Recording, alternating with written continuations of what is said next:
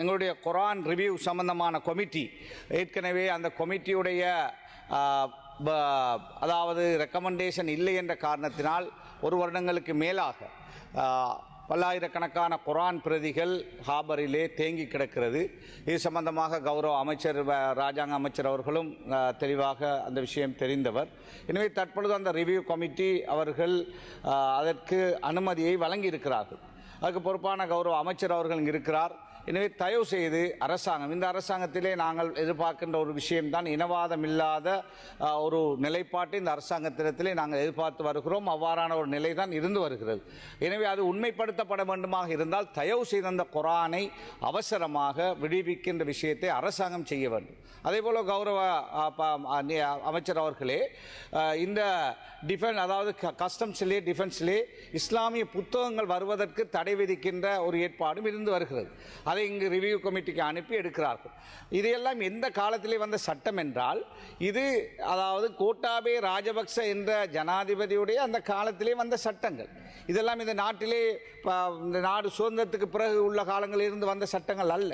இந்த கோட்டாபே ராஜபக்ச என்ற ஒரு கொடுமையான ஆட்சியாளர் இந்த நாட்டிலே வந்து அந்த 2 வருடங்களுக்குள்ளே ஞானசார தேரர் போன்ற ஒரு சில இனவாத மதகுருமார்களுடைய வாளாக அவர் செயல்பட்டதனுடைய விளைவுதான் இவ்வாறான புதிய புதிய சட்டங்களை உருவாக்கினார்கள்.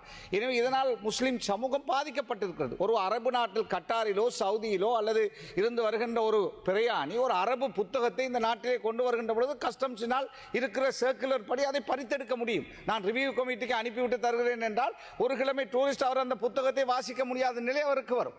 எனவே இது ஒரு மோசமான செயல்பாடு. வேறு எந்த மதத்தினருடைய புத்தகங்களுக்கும் கிடையாது.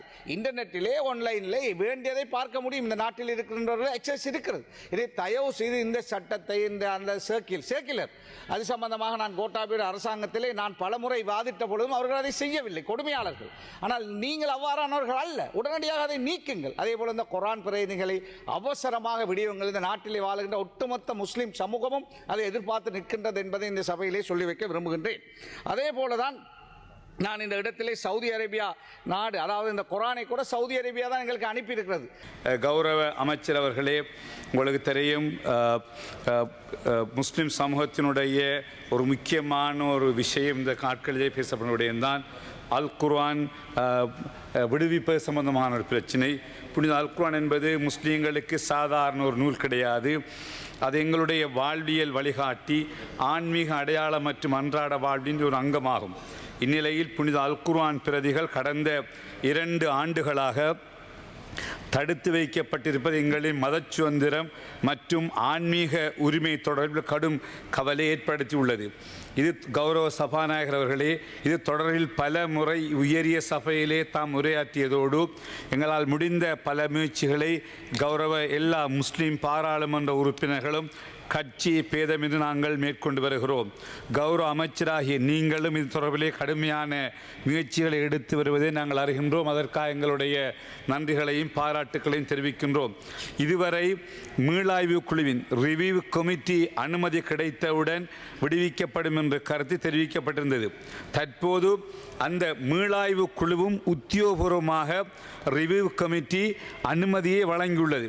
எனவே இனியும் நிர்வாக அல்லது சுங்க நடைமுறைகளை காரணம் காட்டி இந்த பிரதிகளை அல் குர்ஆன் புனித பிரதிகளை தடுத்து வைப்பதற்கு எந்த நியாயமும் கிடையாது. ஆகவே கௌரவ பிரதி சபாநாயகர் அவர்களே, கௌரவ அமைச்சர் அவர்கள் இது தொடர்பிலே பொறுப்பு கூற வேண்டிய அமைச்சு என்பதில் உடனடியாக தலையிட்டு இந்த தாமதத்துக்கு முற்றுப்புள்ளி வைத்து புனித அல் குர்ஆன் பிரதிகளை விரைவாக விடுவிப்பதற்கு நடவடிக்கை எடுக்க வேண்டும் என்பதில் கேட்டுக்கொள்ள விரும்புகின்றேன்.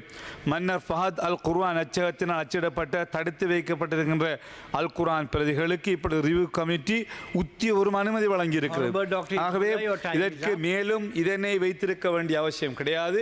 கௌரவ அமைச்சர் அவர்களே, நீங்கள் இது தொடர்பிலே சம்பந்தப்பட்ட பாதுகாப்பு அமைச்சு, கஸ்டம்ஸ் டிபார்ட்மெண்ட் மற்ற சம்பந்தப்பட்ட திணைக்களங்களோடு தொடர்பு கொண்டு ரிவ்யூ கமிட்டியினுடைய பெர்மிஷன் இப்பொழுது இதை ரிலீஸ் பண்ணுமாறு அந்த ரெக்கமெண்டேஷன் கடிதம் கொடுத்த நிலையிலே அது தொடர்பிலே உரிய நடவடிக்கைகளை எடுக்குமாறு நாங்கள் கேட்டுக்கொள்ள விரும்புகின்றோம்.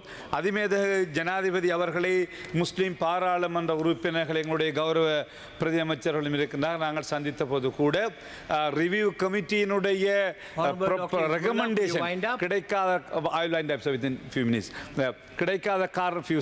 கிடைக்காத காரணத்தினால்தான் இன்னும் அதனை அனுமதிக்க முடியாத நிலையை பற்றி சொன்னார். ஆகவே இப்பொழுதும் ரிவ்யூ கமிட்டியினுடைய அனுமதி கிடைத்த நிலையிலே அதனை விடுவிப்பதற்காக கௌரவ அமைச்சர் அவர்களே நீங்கள் உடனடியாக நடவடிக்கை எடுக்கணும் சந்தர்ப்பத்தை நான் கேட்டுக்கொள்ள விரும்புகின்றேன். What's your point of order, Honorable Munir Mulaffer? What's your point of order? குர்ஆன் சம்பந்தமான ஒரு கௌரவ இரு பாராளுமன்ற உறுப்பினர்களும் கேள்வி எழுப்பியிருந்தார்கள். அது சம்பந்தமான ஒரு விடயத்தை மாத்திரம் இந்த இடத்தில் கூறிக்கொள்ள விரும்புகின்றேன். மீளாய்வு குழுவினர் அவர்களது கருத்தினை தெரிவித்து எமக்கு கடிதம் அனுப்பியிருக்கின்றார்கள். கடிதத்தை பாதுகாப்பு தரப்பினருக்கு நாங்கள் அனுப்பியிருக்கின்றோம். அது சம்பந்தமான கலந்துரையாடல் நடைபெற்றிருக்கின்றத நான் நினைக்கின்றேன். ஒரு நல்ல முடிவு கிட்டும் என்ற ஒரு நம்பிக்கை இருக்கிறது. எனவே அந்த விடயம் சம்பந்தமான விடயங்களை எமது பணிப்பாளர் அவர்கள் மேற்கொண்டு வருகிறார் என்பதை சபைக்கு கூறிக்கொள்ள விரும்புகிறேன்.